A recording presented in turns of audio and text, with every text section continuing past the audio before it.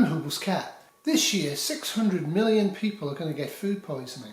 That's about 1 in 12. 420,000 are going to die. Obviously, in a disaster, whether it's local, regional, national or transnational, the normal methods we use to avoid food poisoning will be damaged or gone.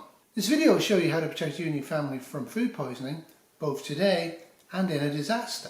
In a disaster, whatever the cause, normal housing often is destroyed, as is water supply, as is normal food supply, as is the ability to clean the house, clean yourself and also to preserve food. Hopefully your neighbours can help you, but sometimes the entire neighbourhood has gone.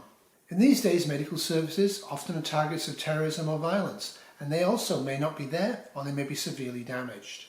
This is particularly likely when the aggressor doesn't feel that their troops and their people will have any need for the conquered medical services. Yet day-to-day climate change and industrial food production practices actually are increasing our risk of getting food poisoning. Migrant workers are often kept in overcrowded, poor conditions where disease can often spread easily and from them onto food. But come on, Huples, food poisoning just kills people in poor countries, doesn't it? Our only real pain these days is seeing multimillionaires lose a sporting event. Well, no. Far from being a poorer country problem, globally about 1 in 12 people do in fact get food poisoning every year. Statistics say 1 in 10, that shows how fast the population's rising. But in the United States of America, supposedly a very rich country, 1 in 6 Americans every year get food poisoning. 3,000 of these Americans die. So every year more Americans die from food poisoning than were lost on 9/11. If you like meaningless statistical comparison data, there you go. So what is food poisoning and how do we get it? And how do we avoid getting it? And what can be done now and in a disaster to stop people dying from it? Now I'm only going to look at acute bacterial food poisoning, and I'm specifically not going to mention botulism. I have covered botulism before, and frankly it probably needs a bit of an entertaining spin to it, so I'll probably do it again in the future.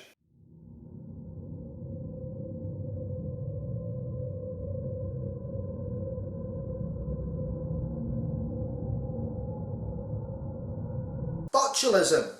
This has come up because Rob Painless is doing a pretty good challenge, an interesting challenge about would you eat expired food, and I'm a little concerned being a registered nurse that might get a bit out of hand. The signs and symptoms of food poisoning are often very obvious. The diarrhea may have fresh blood in it, both from the amount of diarrhea that's being produced and sometimes from the causative organism. But this slide signs and symptoms is missing an actual extremely important symptom. Both now and certainly in a disaster, dehydration is going to be an extremely critical factor to anybody who's got food poisoning. If you can't get medical help, the good news is you can easily treat dehydration at home with a little bit of preparedness in advance. Botulism and other bacterial toxins will also present in different ways with their own signs and symptoms. I recommend home treatment for food poisoning unless you think you've got botulism. But in a disaster, home treatment's all you're going to get. So how do you diagnose this? Ask some smart questions. Do other people have the signs and symptoms? Did they eat or drink anything in common?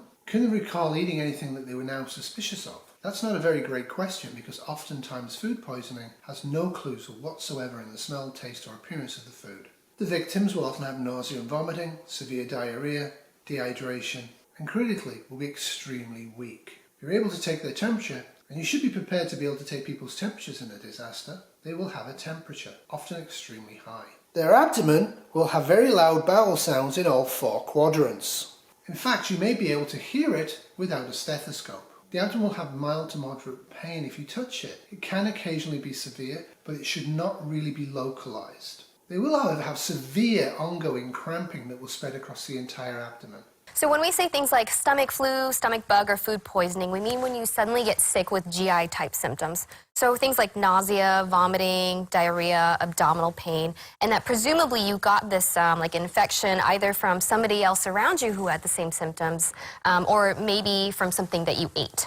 Your main focus in a disaster and in the here and now is just to avoid getting food poisoning in the first place. All sources of food can gift you food poisoning. Some, like vibrio cholera, come directly from contaminated water and do not have to be eaten, though oftentimes the water is then placed on food and then you eat the food. Merely drinking vibrio cholera in water will give you cholera. However, this video is focusing on foodborne bacteria.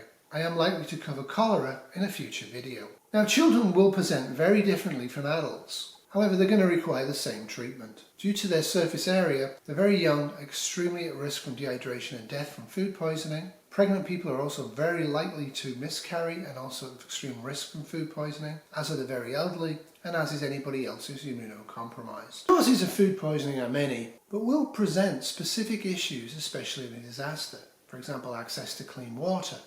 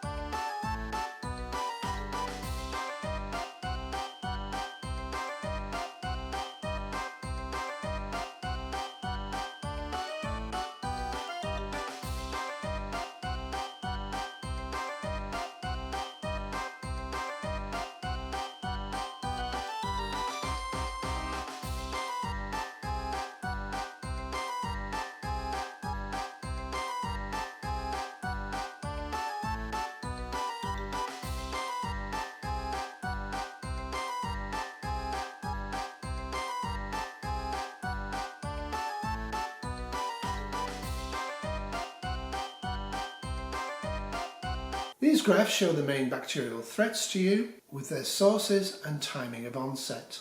Obviously, the closer it is to the onset, the easier it is to guess that it was food poisoning.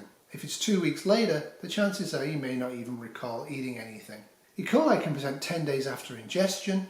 Giardia lamblia can present up to 2 weeks after ingestion. However, shellfish present pretty much within a few hours, and so most people know that they were poisoned by that shellfish. The complications of severe food poisoning are next to impossible to treat in a disaster. If you can't transport the person to a tertiary care facility that's still functioning, the chances of survival are very limited.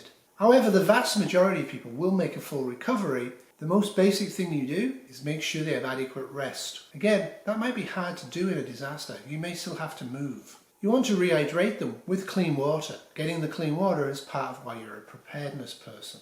Being a Huples cat follower, you're also prepared to use rectal rehydration. It's straightforward, simple, and extremely effective, especially if the person can't drink anything because they have severe nausea. You want to give an antiemetic, an anti-nausea medication, and it's best to give it IM or IV. This may not be available to you in a condition of a disaster. For this reason, you have Gravol in suppository form. It doesn't matter if they're vomiting their heads out, providing the diarrhea isn't too severe, they should be able to get some benefit from rectally used Gravol. Now, antibiotics have no place in food poisoning unless a person is almost dying, especially in a disaster. But if they are almost dying and you have prepared in advance, you should have access to some antibiotics. For good biological reasons, it's best not to give antibiotics for certain bacteria like E. coli. However, if your victim is close to death and nothing is working, go for it. Ciprofloxacin, 500 milligrams, orally, once a day for 3 days, has long been used for traveller's diarrhea. It's now being suggested you use erythromycin instead. Bacteria gets resistant. Do not use this unless you have to do it to prevent death. For E. coli, azithromycin is probably your go-to. You can give metronidazole, ceftriaxone, azithromycin, amoxicillin, doxycycline.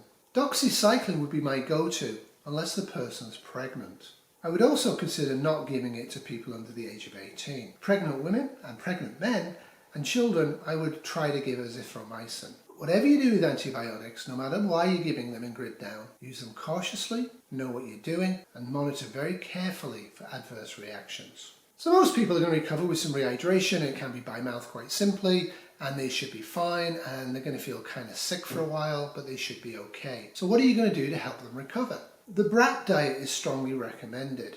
Now for me, bananas are likely to be unavailable if there's been a disaster, as is bread, But I can easily stock white rice if you don't want to give them fibre, white rice in this case, and soda crackers. Not too hard to get them, not too hard to store them. Seasonally applesauce will be available, and if you're going to dehydrate the apples to make it last around the year, try mixing it as much as you can with water before you give it to them. Do not use fibre in the diet until their tummies are returned to normal. The answer to this test question is, of course, B for banana. And yes, apart from the medications, the exact same treatment it would be useful for dogs and livestock. However, using a rectal enema to rehydrate a dog might be problematic unless a dog is extremely sick. To recap, this is a pretty basic video on the treatment and prevention, and it's worth a watch. So unfortunately, we don't have a magic pill that will take away all of your symptoms. It really just takes a little bit of time and for whatever is going through your system to just kind of process itself out. So try to get some rest. Stay hydrated.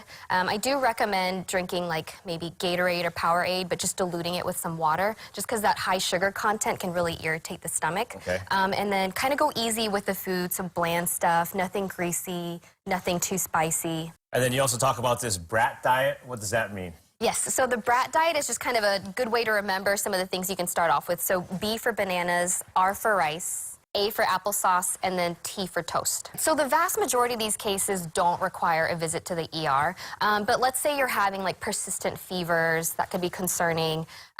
If you're having a lot of blood in your stool, that could be concerning. Or let's just say you're having a lot of pain, like maybe you've had this before, and sure, it's painful, but it's never been this bad, or the pain's just not going away, then yeah, pay us a visit. We can, examine you, see if maybe we need to run some more tests to see if something more serious could be going on. Now, are there ways to prevent getting food poisoning or stomach flu? Just ways to prevent yourself? Yeah, so suggestions 1 through 10, I would say would be like wash your hands, wash your hands, wash your hands. And then, as far as like if you're going to cook something, so separate the foods. So don't chop up vegetables on the same cutting board you just chopped up raw meat on. And then besides that, cooking everything to the right internal temperature, and then chill. So try to get your foods into the fridge or freezer within a couple of hours is what the CDC recommends. Okay. Or like, let's say you're out picnicking and you're out in the hot sun, then try to get it in sooner, maybe like within an hour. In a disaster, I recommend avoid dirty water. Do not drink it. Do not use it on crops. Do not allow ill people to gather crops, water plants, or prepare food. Know how to give gravel by rectal methods. Know how to rehydrate by oral and rectal methods. Wash your hands with soap and clean water often. Do not get run down, overstressed, or do too much activity. Isolate by contact anyone who is ill. Dispose of poop safely. Use antibiotics only for the very ill. Be able to make rehydration drinks by salt and sugar. Do not eat out in America. A popular restaurant abruptly shut down by public health. What happened here, sending multiple diners to hospital, is so far a mystery. The doors remain closed at Delight Restaurant and Barbecue in Markham, Ontario, as public health officials try to understand just how 12 people became seriously ill after eating here on Sunday. What we're working assumption right now is a particular spice that was used in that dish at that time. Thank you so much for watching. I hope you really enjoyed this. If you did, consider giving me a subscription and a thumbs up and sharing it with every person you can possibly find on the internet, and share it with them twice. Or don't, it's fine. I hope you got something out of this video. I hope you learned something from it. This video is part of an ongoing Friday series where I pick a topic that I'm interested in and research it using my old RN skills, and then I give it to you and I tell you what I think you should be able to do to avoid it and treat it in conditions of local, regional, national or transnational disaster. I hope you never have to use any of this information. If you do use this information and it kills you, I apologise. Take care, have a great day. Toodles. This video has been brought to you by a dog who's had profuse diarrhea since I decided to make a video on diarrhea. Goodbye. Goodbye. Bye.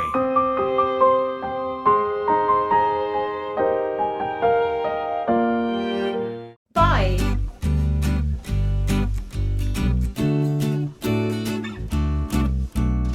Goodbye. Bye-bye. Bye.